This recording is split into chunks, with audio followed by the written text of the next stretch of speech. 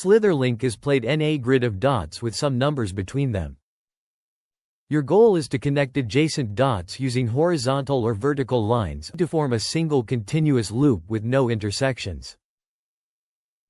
The numbers inside the grid cells represent how many loop segments are adjacent to this specific cell. Cells without numbers can have any number of adjacent line segments. When solving a Slitherlink puzzle, one of the most interesting values on the board are zeros.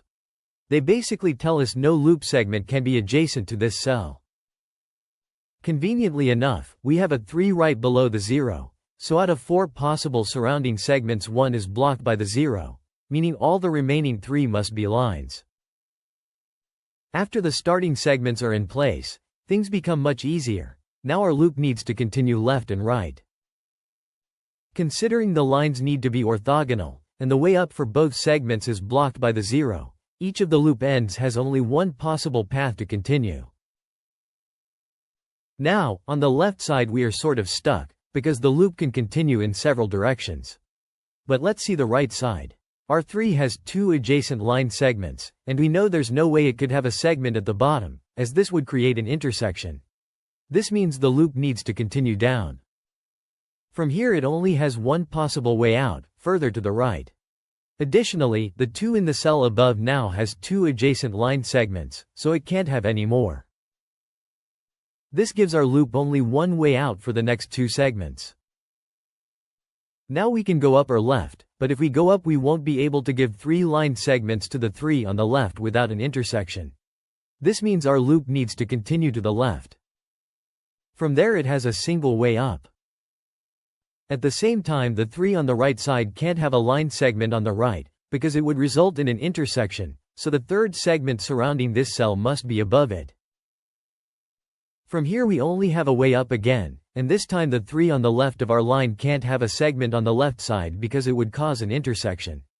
This means the loop has to encircle the cell from above again.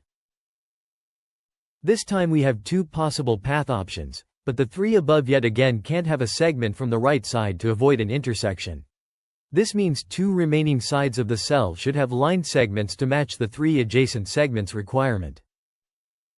Another 3 above and the exact same story, just this time our blocked segment is on the left side. And now let's see this 2 above. It clearly can't have a segment on the right to avoid intersection. It also can't have a segment above, as it would be pointing into a dead end with no chance to connect the loop. This leaves the only possible way, going up. From there our loop needs to go left as it's the only possible way, but what next? Both ends of the loop can go in 2 directions and we don't have enough information to make a choice. So what do we do next? Well, let's leave our existing piece of the loop alone for now and look at this one here. One side of it is blocked by the 3, and we can tell that no loop segment can be placed either above or below the 1, because that would result in an intersection. 3 out of 4 adjacent segments are blocked, meaning to satisfy the requirement for the 1 adjacent segment, it needs to be placed on the left side of the cell.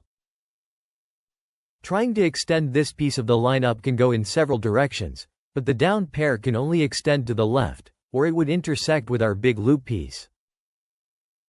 From there it can only go up. Now we have 2 options again, but let's take a look at the other end of this line. It also needs to extend somewhere and it has 2 possible directions, left and up. Extending left will result in a small loop within a loop, which is not allowed, meaning this end needs to extend up. Now we have arrived at another one on the top right side. Yet again, segment placements above or below it are not allowed, as they would result in an intersection, meaning we only have a single possible segment placement, on the left side. This end is stuck again, but let's take a look at this 2 here.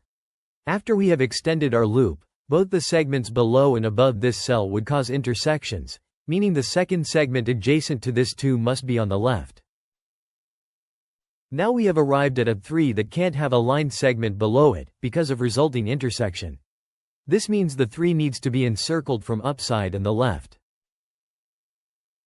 This 2 here is left with only one way to place the second adjacent line segment. And another 3 with the above placement blocked due to intersection, so our line continues below and to the left of it. This 2 here can't have a segment above, meaning the second adjacent segment is located to the left of it. This locks the 3 here from having a segment below, so it's encircled from up and left. Now our loop can only continue down for 2 segments. And after it becomes adjacent to the one on the right, this adjacent segment can be the only segment adjacent to this cell. So, to connect the pieces of our loop without an intersection, we need to use these 3 segments here. Perfect, we're back to only having 2 loose ends, and we now need to somehow connect them. At this point we only have one number on the board that doesn't have the necessary number of adjacent segments, the 2 here. Clearly, the placement options on the left and right are locked, meaning the segment it needs is located above this cell. From there, its left end can only extend upwards and to the right. And now, to avoid intersection, both ends of this newly created loop piece will be going straight to the right, all the way until they connect with the main loop. There, puzzle solved. If you have an interesting puzzle you'd want us to solve, feel free to send it over. And don't forget to subscribe to our channel if you want to learn more about different types of logic puzzles.